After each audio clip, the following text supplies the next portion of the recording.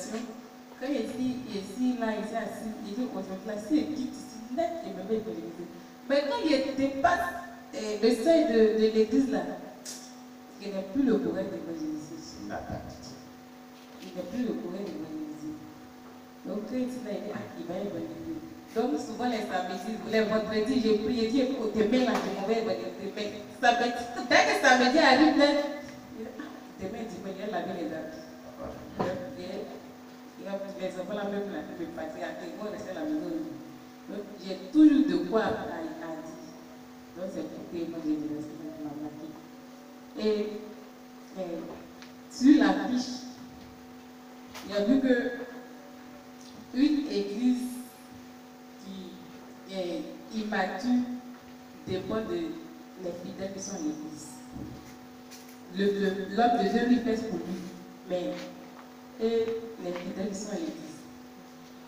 Donc, il est compris. Quand ils ont dit combien de temps de vie chrétienne, combien d'années dans la vie chrétienne, moi, il y avait un dit pour moi-même. Parce que même quand il était à l'église de l'autre côté, là, il évangélisait les gens, mais quand il évangélisait et puis la personne va à l'église, la femme de l'homme de Dieu dit que moi, il a envoyé mes camarades pour son mari. Moi, je dis, c'est qu'après, moi, il évangélise plus. Moi, il y a des avocats, même l'évangélisation, là, c'est pour envoyer à ma église. Moi, pour moi, quand quelqu'un n'est pas de on ne peut pas l'appeler pour venir à l'église. Donc, vraiment, c'est côté évangélisation. Et puis, côté la maturité de l'église, du chrétien de l'église. C'est ce qui m'a touché. Amen. On acclame le Seigneur Jésus. On était assis là et tout ça.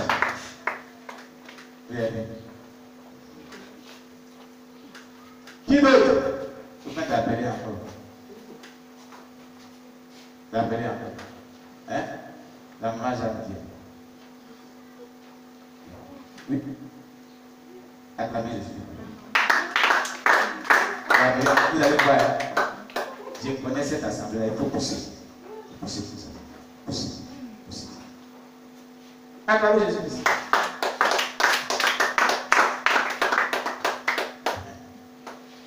Vous lui donnez. Tu ne connais pas ce qu'il va dire.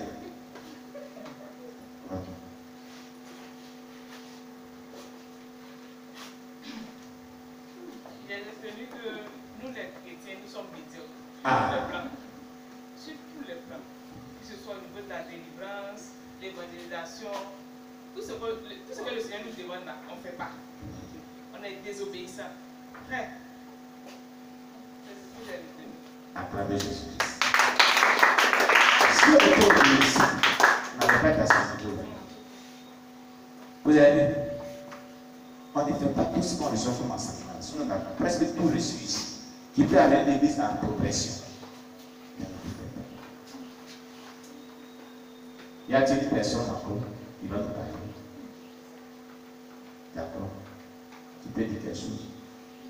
D'accord. Dis-nous ce que tu dois dire. Vraiment, je bénis le nom du Seigneur qui permet que chaque fois nous ayons des messages particuliers et qui peut non seulement sauver notre âme et sauver l'âme des autres.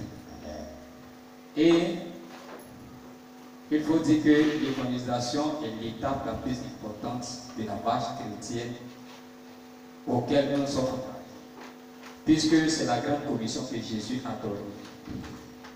Souvent, lorsque je m'assieds, je vois des personnes avec des bagages lourds, des brouettes très lourdes, qui font le coup de la vie pour vendre en tout cas de leurs marchandises, afin d'en tirer quelque chose. Et je me dis que cela doit être vraiment le modèle de chaque chrétien. Chaque jour, ils ont brouettes, ils vont de lieu en lieu. De lieu en lieu. Où ils veulent vendre leurs marchandises. Oui. Ils ont des brouettes. Vous ne voyez pas ces gens de personnes. Au commerce, c'était partout.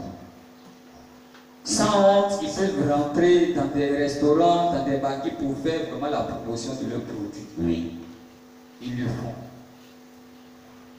Mais gloire soit rendue à Dieu, puisque quant à moi, je n'ai pas honte de parler de Jésus à n'importe qui. Amen.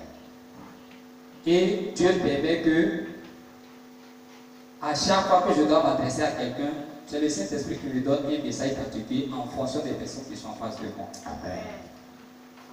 Et le diable vraiment voit ce ministère que le frère Josué est parti.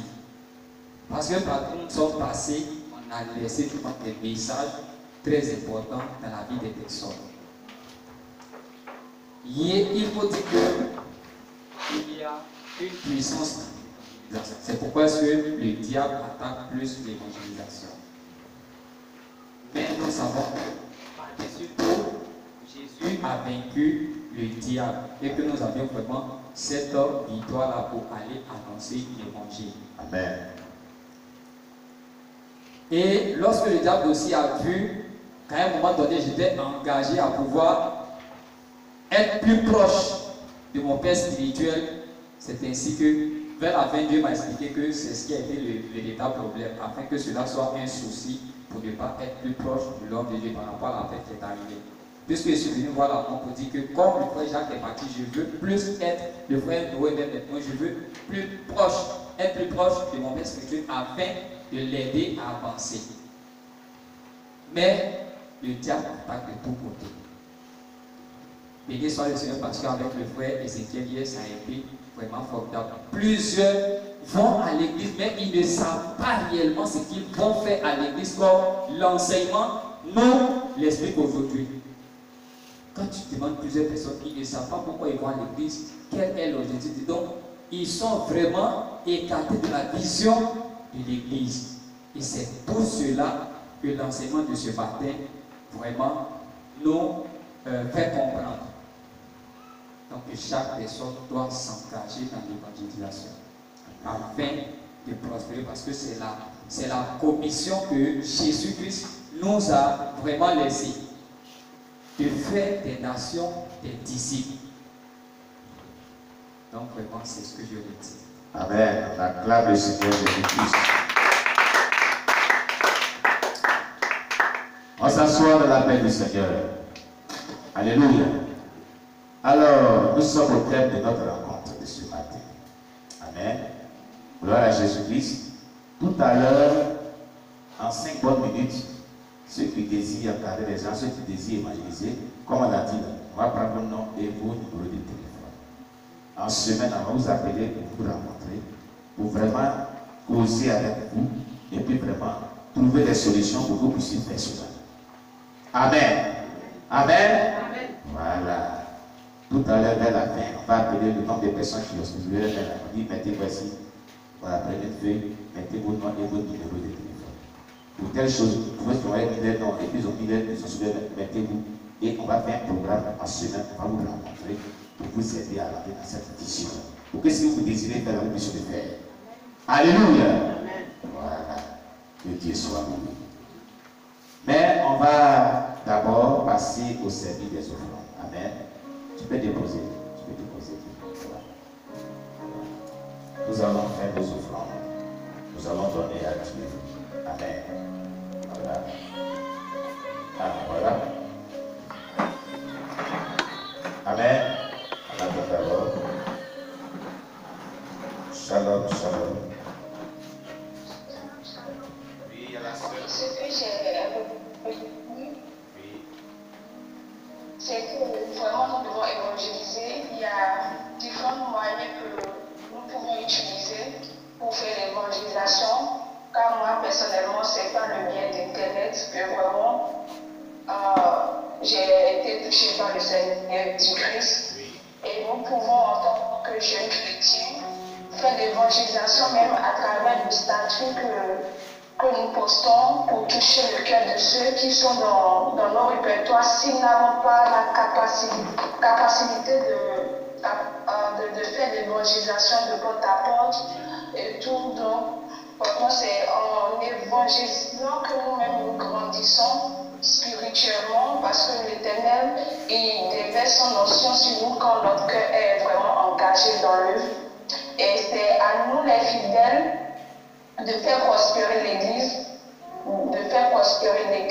en évangélisant, en gagnant des âmes à Christ, en ayant vraiment une vraie vie de dévotion. Il ne suffit pas de venir au culte, de participer, d'être présent, mais c'est de prouver, mettre en pratique en question ce que nous recevons, ne pas garder dans nos cahiers et les oublier. Donc c'est ce que j'ai pu retenir, que je veux partager. Amen. Merci. On acclame le Seigneur Jésus-Christ. C'est la servante de Dieu. Grâce Esther qui nous accompagne depuis en Russie. En Russie où elle est, où elle nous suit présentement en direct. Que Dieu bénisse grâce Esther, sa servante. Dieu te bénisse. Merci beaucoup. Merci beaucoup. Donc nous le disions tantôt, nous allons passer à d'autres phases de ce but. Voilà, on va vraiment donner à Dieu. Nous allons faire nos offrandes, on va donner à Dieu. Amen. Tu vas prendre ton offrande, tu vas prier dessus. Voilà, tu vas prier dessus.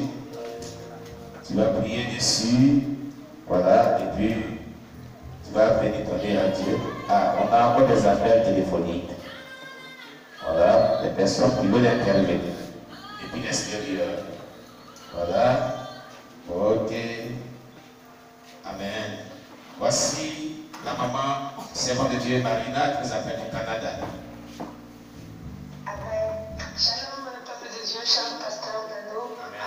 C'est par rapport à ce que j'étais touchée par les résumés que chaque personne en dit.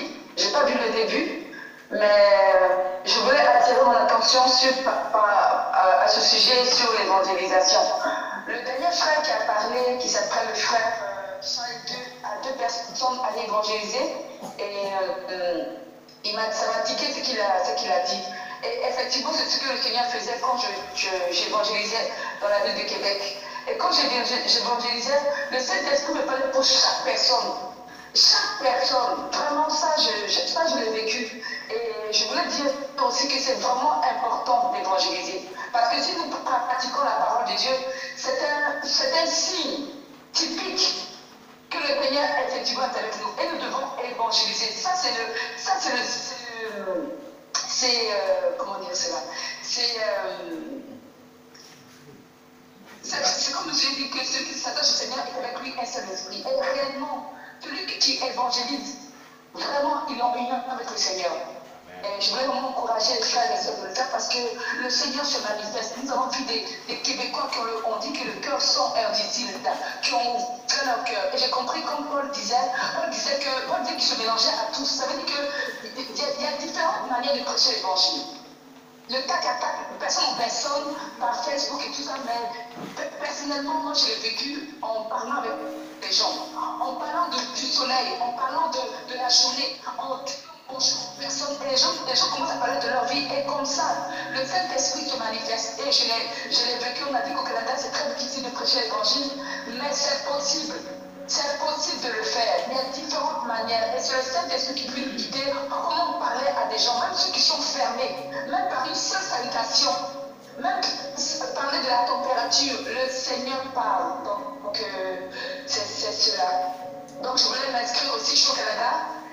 J'ai un peu laissé cela.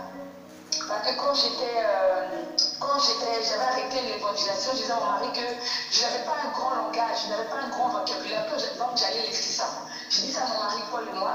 Et dans la nuit, j'ai fait un songe. Et dans le songe, j'ai vu un homme venir à moi. Il était habillé en robe blanche. Et il a dit, le maître arrive. Et j'ai vu notre homme qui est venu encore vers moi. Je ne connaissais pas qui était, mais le Saint-Esprit a dit, c'est Jésus-Christ. Il était tellement simple, c'est ça qui m'a frappé. Il a dit, mais pourquoi, entre-temps dans ma bouche, elle était pleine, du côté droit. Et il a dit, mais pourquoi gardes-tu ces choses dans ta bouche? Pourquoi les gardes-tu? Dès qu'il a dit ça, j'ai mis dans ma bouche 3 poissons, et je suis revenu à moi. J'ai dit, mais donc tu veux que j'aille prêcher? Je me limitais à mon vocabulaire, mais il avait mis ça en moi. Je retenais ça en captivité. Mais Dieu m'a dit, va. Donc, c'est ça, je veux juste encourager les frères et sœurs à faire l'université. C'est vraiment important pour nos âmes, c'est vraiment important pour sauver. C'est le but. C'est le but. Nous sommes sur cette terre ici, mais c'est le but. Nous sommes le but pour sauver les âmes et nous-mêmes. Voilà, donc soyez bénis. Le nom de Jésus-Christ de Nazareth. Merci beaucoup à la maman Marina, depuis le Québec, qui nous appelait depuis